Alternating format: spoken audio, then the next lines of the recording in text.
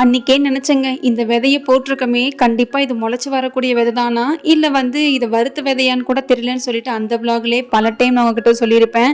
அந்த மாதிரி தான் இன்னைக்கு செக் பண்ணும்போது ஆகி போச்சு. சரி சும்மா தான் இது ஏதாவது ஒண்ணு ஓப்பன் பண்ணி பார்க்கலாம். இது முளைச்சிருக்கா இல்லையா அப்படிங்கிறத செக் பண்ணிக்கலான்னு மட்டும் தான் எடுத்தேன்.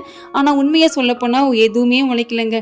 உள்ள போட்டது கூட மக்கி கூட போயிடுச்சுன்னு நினைக்கிறேன். அதுக்கப்புறம் எந்த விதையுமே இல்ல. நம்ம போட்ட அந்த விதையில 2 மட்டும் வருபடாம இருந்திருக்கும் போல. அதனால அது 2 செடி மட்டும் முளைச்சதை பார்த்து இத்தனை நாளா தண்ணி இரவும் பகலா ஊத்தி ஊத்தி 2 செடிக்காக நான் இத்தனை நாளா வெயிட் பண்ணியிருக்கேன்னு நினைக்கும் போது ரொம்ப கஷ்டமா போச்சு.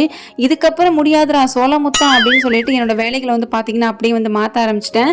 நம்ம வீட்டுல ஏற்கனவே துளசி செடி வாங்கி வச்சிருந்தோம். அது ரொம்ப ரொம்ப குட்டியான ஒரு பாட்டில் வச்சிருந்தனால இந்த மண்ணெல்லாம் உதுத்ததுக்கு அப்புறம் இன்னும் எக்ஸ்ட்ராவே மண் இருந்தது. அந்த மண் எல்லாத்தையும் ஒன்னா சேர்த்துட்டு உட்காந்துட்டோம். இதுக்கப்புறம் கண்டிப்பா மண்ணில் கை வச்சு சும்மா எந்திரிச்சுதான் சரித்திரமே இருக்கக்கூடாதுன்னு சொல்லிட்டு அந்த துளசி செடிக்காவது ஒரு பெரிய பாட்டை ரெடி பண்ணிடலாம்னு சொல்லிட்டு நான் பாட்டை பாத்தீங்கன்னா மாத்த ஸ்டார்ட் பண்ணிட்டேன்.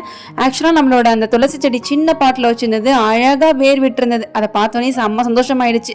அதனால கொஞ்சம் பெரிய பாட்டுக்கு மாத்திட்டோம்னா இன்னுமே கொஞ்சம் நல்லா ஃப்ரீயா வளருமேன்னு சொல்லி செடி கொஞ்சம் பெரிய பாட்டிலையும் மாத்திட்டு நம்ம வச்சிருக்கிற மண்ணை பாத்தீங்கன்னா அதுல போட ஸ்டார்ட் பண்ணிட்டேன். மண்ணில் ஒரு ஒயிட் கலர்ல போட்டிருப்பேன். அது வேற ஒண்ணும் கிடையாது, முட்டைத்தோலை இத்தனை நாளா காய வச்சுட்டு இருந்தேன்னு சொன்னேன் இல்லைங்களா, அதை லைட்டா அரைச்சிட்டு கொஞ்சம் மட்டும் இதுல ஆட் பண்ணியிருக்கேன். ஒரு வழியா மண்ணெல்லாம் போட்டு சூப்பரா ரெடி பண்ணியாச்சுங்க. நாளைக்கு பார்க்கலாம்.